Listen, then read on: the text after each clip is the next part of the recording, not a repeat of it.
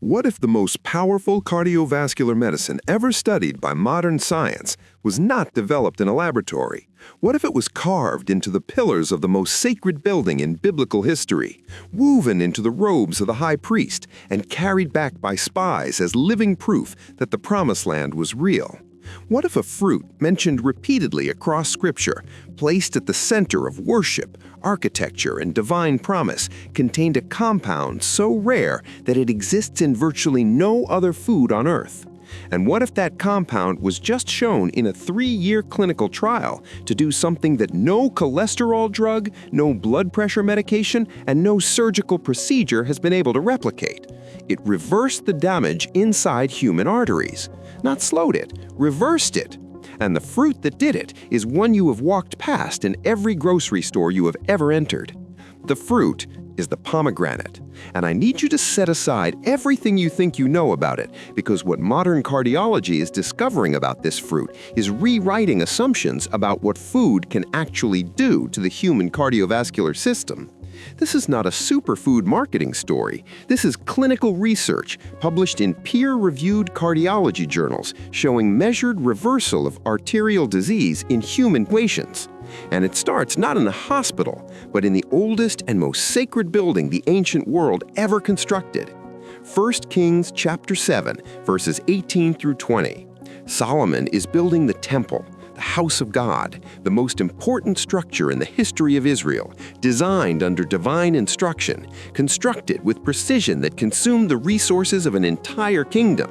And when it came time to crown the 2 great pillars at the entrance, the pillars that every person who entered the presence of God would walk between, Solomon chose pomegranates. 200 of them, carved in rows around each capital. In a culture where every design element in sacred architecture carried theological meaning, where nothing was decorative, where every detail communicated something about the nature of God, the pomegranate was chosen to stand at the gateway between the human world and the divine. But the temple was not the only place. Open Exodus chapter 28, verses 33 and 34. God instructs Moses on the design of the high priest's robes, the garments that Aaron would wear when entering the Holy of Holies, the most sacred act any human being could perform. And along the hem of those robes, alternating with golden bells, God specifically commands pomegranates to be embroidered. The fruit was literally woven into the fabric that stood between man and God. And when Moses sent 12 spies into Canaan to scout the Promised Land, they brought back 3 things as proof of its abundance: grapes, figs, and pomegranates. Numbers chapter 13, verse 23. This was not a random selection. These were the evidence that God's promise was real. The pomegranate was proof of divine provision. For most of history, scholars read these passages and interpreted the pomegranate as a symbol: abundance, beauty, fertility, a poetic choice. But here is what is becoming increasingly difficult to dismiss as coincidence. The people who placed this fruit at the center of their most sacred spaces were the same people who ate it daily. They watched what it did to their bodies across generations, and what modern science is now finding inside this fruit suggests that their reverence was not symbolic, it was observational. Pomegranates contain a compound called punicalagin, and punicalagin is where this story departs from every other superfood you have ever heard about. This compound exists in meaningful concentrations in virtually no other food source on Earth. It is, for practical purposes, unique to the pomegranate. When punicalagin enters the digestive system, gut bacteria break it down into a family of metabolites called urolithins. And urolithins are where modern research is focusing intense and growing attention. Laboratory studies have demonstrated that urolithins exhibit anti-inflammatory effects, mitochondrial protective properties, and in controlled cell studies, the ability to selectively target certain cancer cell lines in ways that researchers have described in published papers as significant. But the cardiovascular findings are what made cardiologists stop and pay serious attention. The clinical study followed patients with carotid artery stenosis, which is the progressive narrowing and hardening of the arteries that supply blood to the brain. This is one of the primary mechanisms behind stroke and one of the clearest indicators of systemic cardiovascular disease. Patients consumed pomegranate juice daily for 3 years. The control group received placebo. After 3 years, the control group showed a 9% increase in arterial wall thickness. Their disease had progressed exactly as expected. The pomegranate group showed a 30% reversal, not stabilization, not a slowing of progression, measured reversal of arterial thickening in patients with established cardiovascular disease. That result was published in a peer-reviewed journal, and it represents something that almost no pharmaceutical intervention has been able to demonstrate. Statin drugs lower cholesterol. Blood pressure medications reduce pressure on arterial walls. But reversing the physical damage that has already accumulated inside the arteries,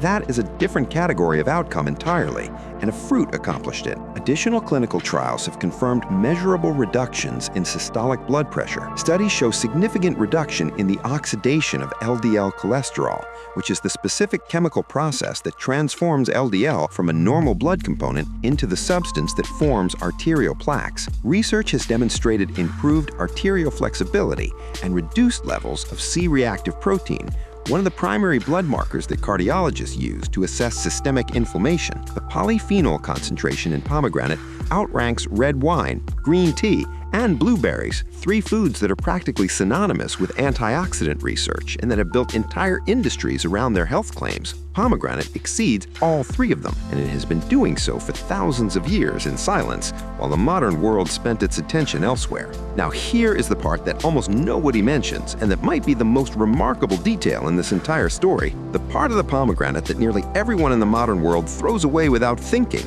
the hard outer rind, is more medically concentrated than the seeds and juice inside. Traditional healers across the Middle East and Mediterranean knew this. They'd brewed pomegranate rind as a tea for treating intestinal infections, diarrhea, and inflammatory gut conditions for centuries. Modern analysis has confirmed that the rind contains higher concentrations of tannins, ponegalagin, and antimicrobial compounds than the edible interior. You have been discarding the most powerful part of the fruit. The ancient world used every piece of it. The seeds eaten fresh, the juice pressed and consumed for concentrated polyphenol intake, the rind dried and steeped as a medicinal tea. They did not need a clinical trial to tell them to use the whole fruit. They paid attention to what happened when they did. Here is what I keep coming back to. Solomon did not carve 200 pomegranates into the pillars of the temple because they were pretty. God did not instruct Moses to embroider them onto the robes of the high priest because of their color. The spies did not carry them back from Canaan because they happened to be nearby. This fruit was placed at the intersection of the human and the divine across multiple moments of scriptural weight by people who ate it every single day